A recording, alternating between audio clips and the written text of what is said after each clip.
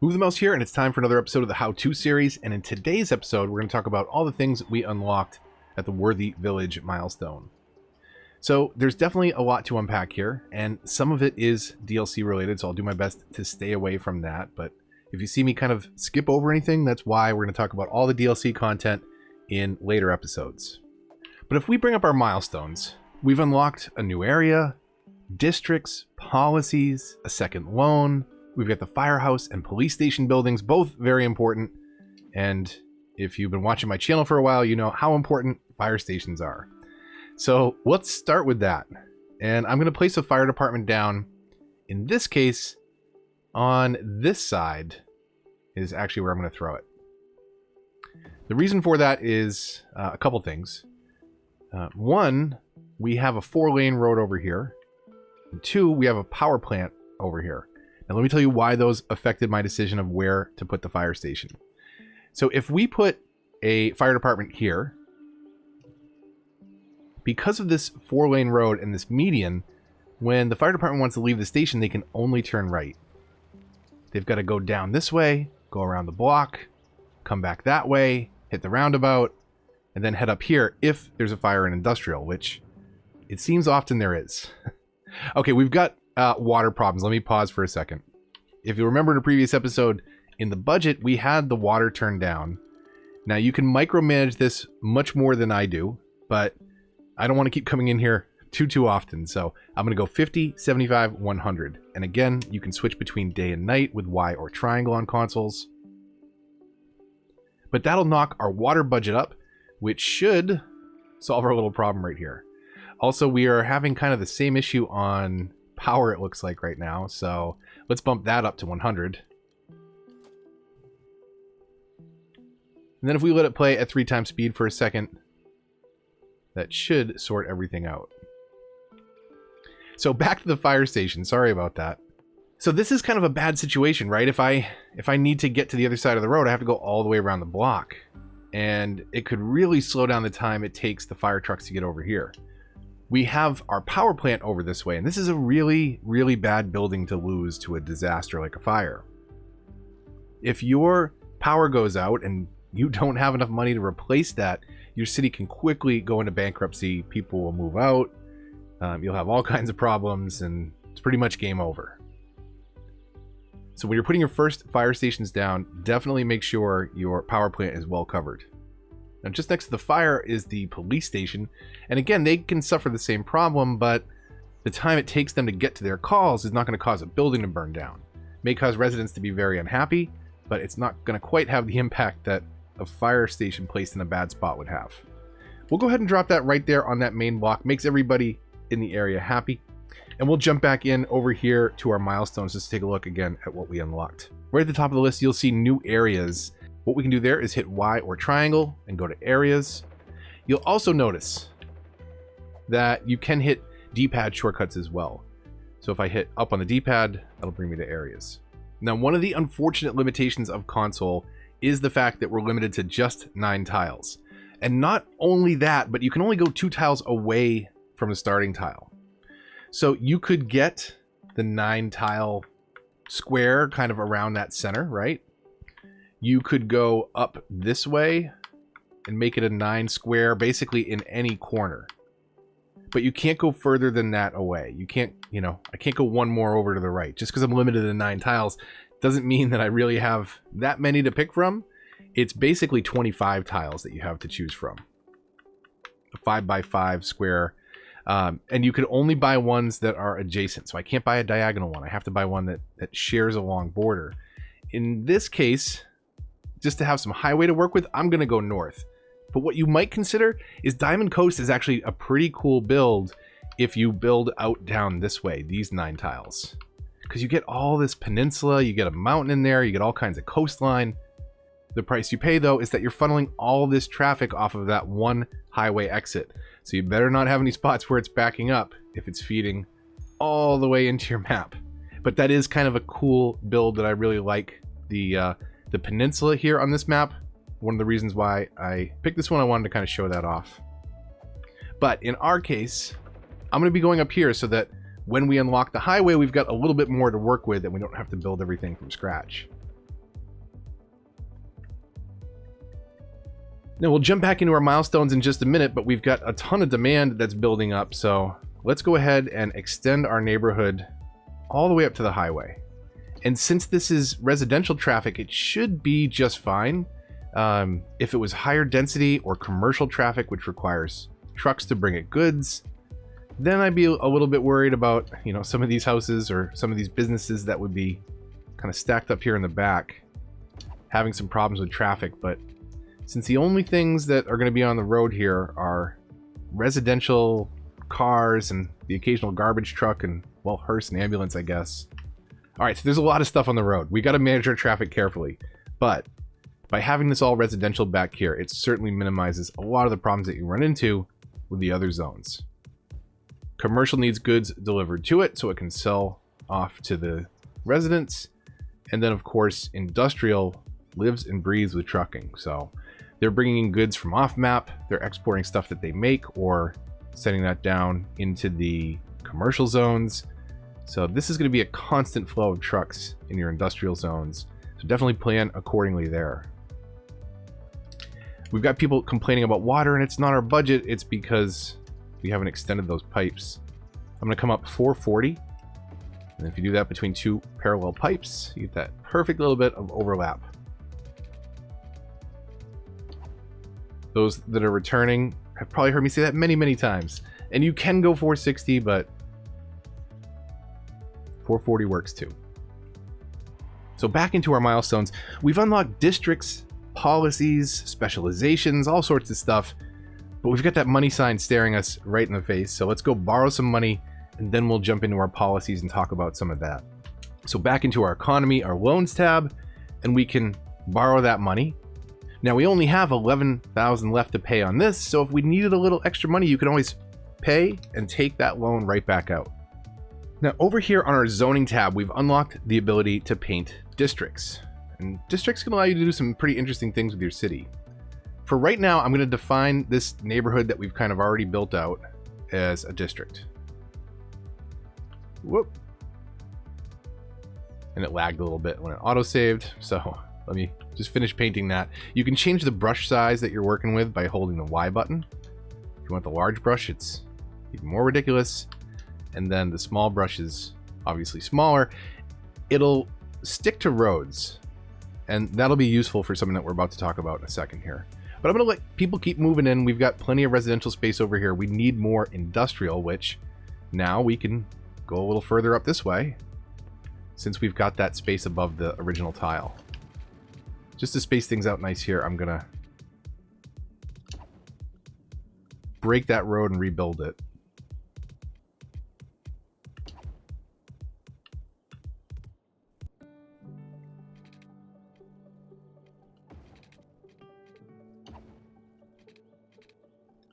And I'm going to keep this on a pretty tight grid. It's an industrial area, so it shouldn't hurt anything. We won't be able to zone all the way up on that side. And they'll be very close to the highway, which if it was residents, they would be very upset. But industry makes plenty of noise and does not mind being that close to the highway. In fact, you want to kind of try and keep them close to the highway. Not in proximity, but in actual road length that it takes to get to and from. Because that's going to be some of your heaviest and busiest traffic. It's going to slow things down if that has to drive through other parts of the city to get to and from the highway. We're going to have the same problem over here with our water that we had on the residential side, so we'll get out in front of that before people complain. Ooh, that just perfectly got that back street. That's great. So there you go.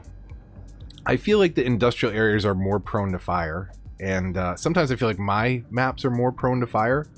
If you're new here, you'll get used to it. I have really bad luck with fire, so fire coverage is really important to me. The first thing put down here at this unlock. So we've got our next milestone, but let's not go there just yet. We're definitely going to get behind the times a bit, but there's so much to talk about. So we dropped in our firehouse, police station. We haven't looked at our policies yet, so we'll do that. We won't talk about these just yet, but these are part of the Green Cities DLC in effect, residential and commercial zoning. So we've got a little bit of money in the bank, and now that we've got the ability to do districts, I'm going to do something over there in those trees. But we got to get a road over there. So what I'm going to do here is use a regular road. Now we've got to come up high enough to get over the road. Slope too steep. So could we go under? It will let us go under. So if we hit up or down on the D-pad, that'll raise or lower the road. In this case, I'm going to go under the road, tunnel under, and then immediately come back up.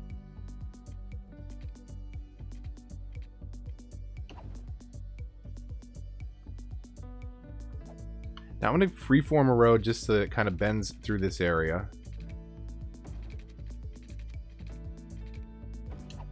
And I wanted to get up into this forested area. If we go down into our info views and look at resources, we can see green is great for forestry, yellow for farming, the grayish that you see often in the mountains is the ore. And does this map have oil? A little bit up here. Oh yeah. Oh wow. Okay. Right behind me. So ore and oil are non-renewable. Once you suck all the oil out of the ground, it's gone. There is a cheat you can turn on for unlimited oil and ore. We're not playing with that here though, so we're not going to be focusing on that, but it is an option. If we want a good renewable resource though, farmland in yellow and forestry in green are our way to go. So the reason that I brought this road up here is because I wanted to first pause, second to find some industry all the way down here. Now, we don't have a lot of demand for it just yet,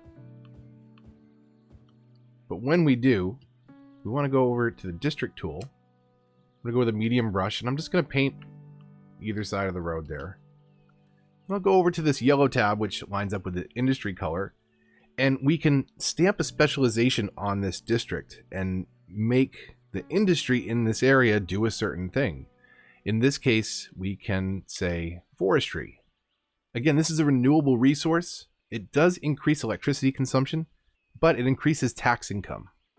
It will only be as successful as the resource that you put it on. So you could have a forestry resource over here, but it's going to do a lot better out in the woods. It uses the resource that it's sitting on. So as our industrial demand eventually grows and they run out of space over here, they'll look to start businesses up over this way. But we've got a couple things we've got to do first. One, we've got to get them power.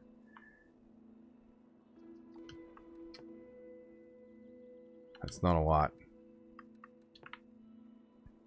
One, we've got to get them power.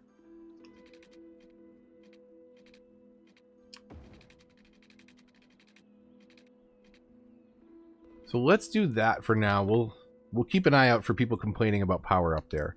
We've also got to get them water.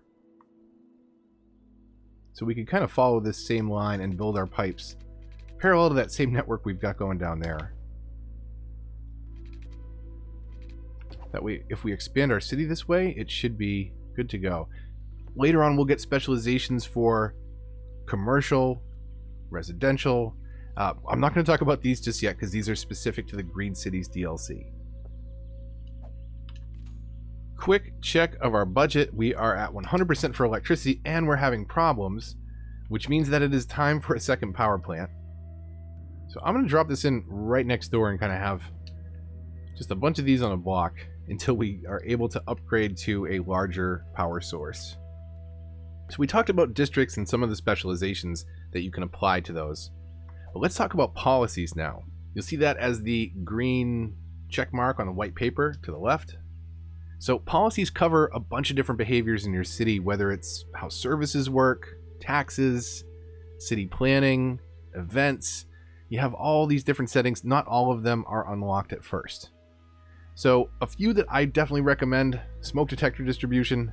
It does have an upkeep per building, but less fires. So, I mean, I could use less fires.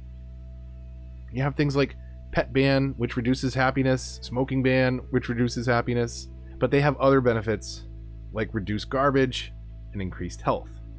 So sometimes you have to weigh the pros and cons of certain policies. Parks and recreation increases land value around your parks and plazas, and early on that's actually a really easy way to increase land value, level up buildings, get more tax revenue. So maybe we'll drop in some parks in just a minute. Now this one policy that's really important to know is schools out. So there are two problems that you'll generally have with businesses having not enough workers. Either not enough workers in general, or not enough educated workers. If it's not enough workers, then you can turn on schools out, and citizens will prefer working over education, and only a small portion will go on to study in university. The opposite is true if you're trying to, say, build up more of a office downtown.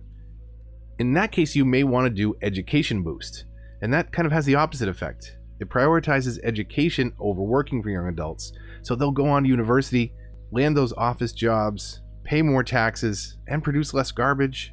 So there's a lot of benefits to an educated population. Education boost and schools out are two ways you can kind of throttle one way or the other if you're going more industrial heavy or more office heavy. You can also do any of these on district specific settings. So we've defined a district over here, and we just took the default name Lilac Heights. But if I go back into my district tool, there's a little magnifying glass here. I can click on the district and interact with it. The other way that you can get there is by going to the inspector tool and finding the name and then clicking on it that way. If you're on PC, just use the mouse and click right on the name, nice and easy. But once we're in here, we're looking at district specific policies, and it's all the same things, but specific to this district and this district alone. So where we might have schools out here to encourage people to go work in the industrial area that happens to be nearby. Later on, when we have, a bigger high density downtown area over here, and there's more office jobs, we can turn on the education boost policy for over here. So you can turn it on citywide if you're going for something consistent across the city, or you can apply it district by district if you're looking to balance populations and workforces in certain areas of your map. Now, one last thing I want to talk about today are the unique buildings, and these can be confusing for new players. So basically, there are some other ones that come with other DLCs or modder packs and things like that. We want to talk about these ones that are numbered 1 through 6. And actually, I went to skip through them, but you'll see they're not unlocked yet. So if we go back into our milestones for a minute, and instead of looking at the milestones tab, we go over to the unique buildings, we can see what we're unlocking as we rank up. So as you hit different population milestones, you'll unlock a series of buildings. All the buildings from level 1, from level 2, from level 3, all the way up through 6. But all of these buildings have their own requirements to unlock them, not just a population cap like every other building that you unlock. But in this case, you have to meet certain requirements. But there's definitely some tricks you can use to unlocking some of these things. Some of them are just going to take a lot of time, like filling 3 instances of cemetery. Others are going to have you to require things like having money less than -1. So basically go into the red, money more than 500,000. Some of them that you unlock later on, though, have devastating effects on your city to unlock them, like having thousands of abandoned buildings.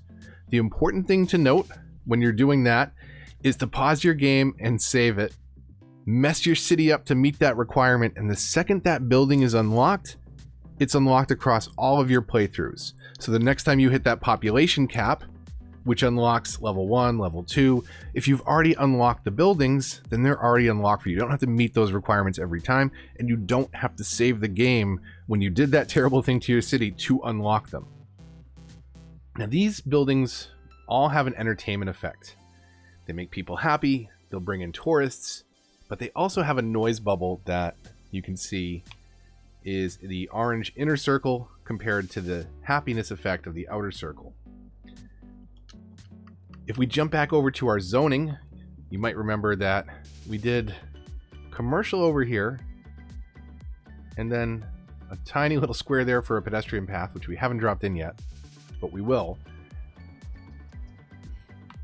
See, I told you I have terrible luck. It's spreading across the street now. It jumped from that house to this house, and our fire station is way over there in the industrial area. Hang on a second. Okay, they're good. Now a third house is on fire.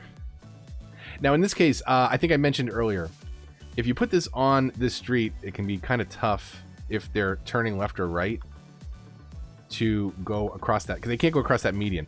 If you drag towards the other street, you can actually have it facing out that way so that when they pull out, they can go left or right, and that enables them to pretty much go anywhere rather than being split on the other side of this median. Did they put all those fires out before I even put that station down? I guess I explained too long. Now, we'll have to keep an eye out if anyone moves in up here. I did water it, and we have power, but we don't know if the power is going to spread to where it needs to, depending on where people move in.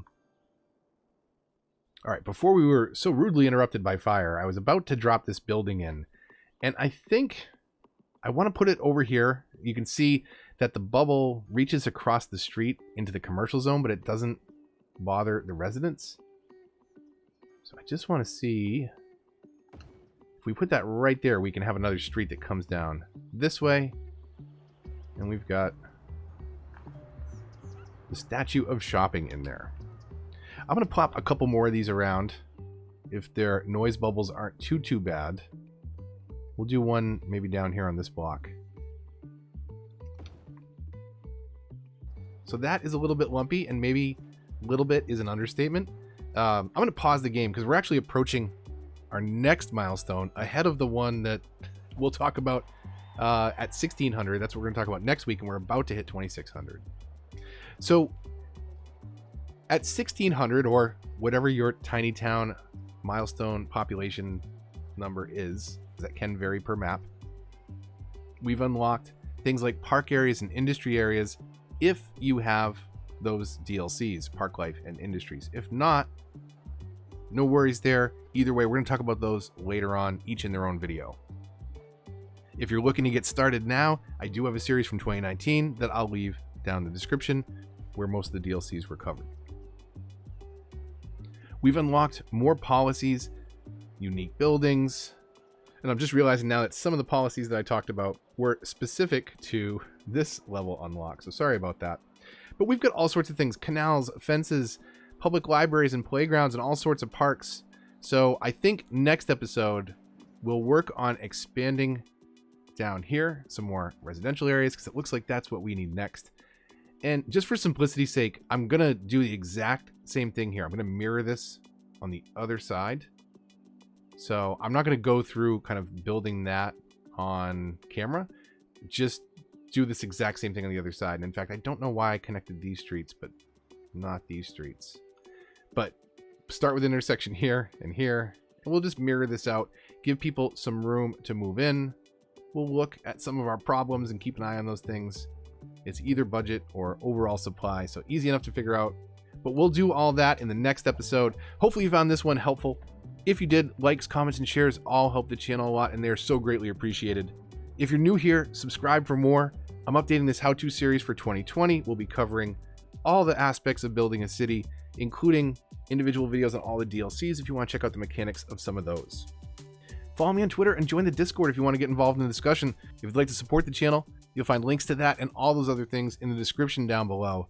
But until the next one, when we'll dive in to all those things unlocked in the next milestone, this is Move the Mouse, signing off.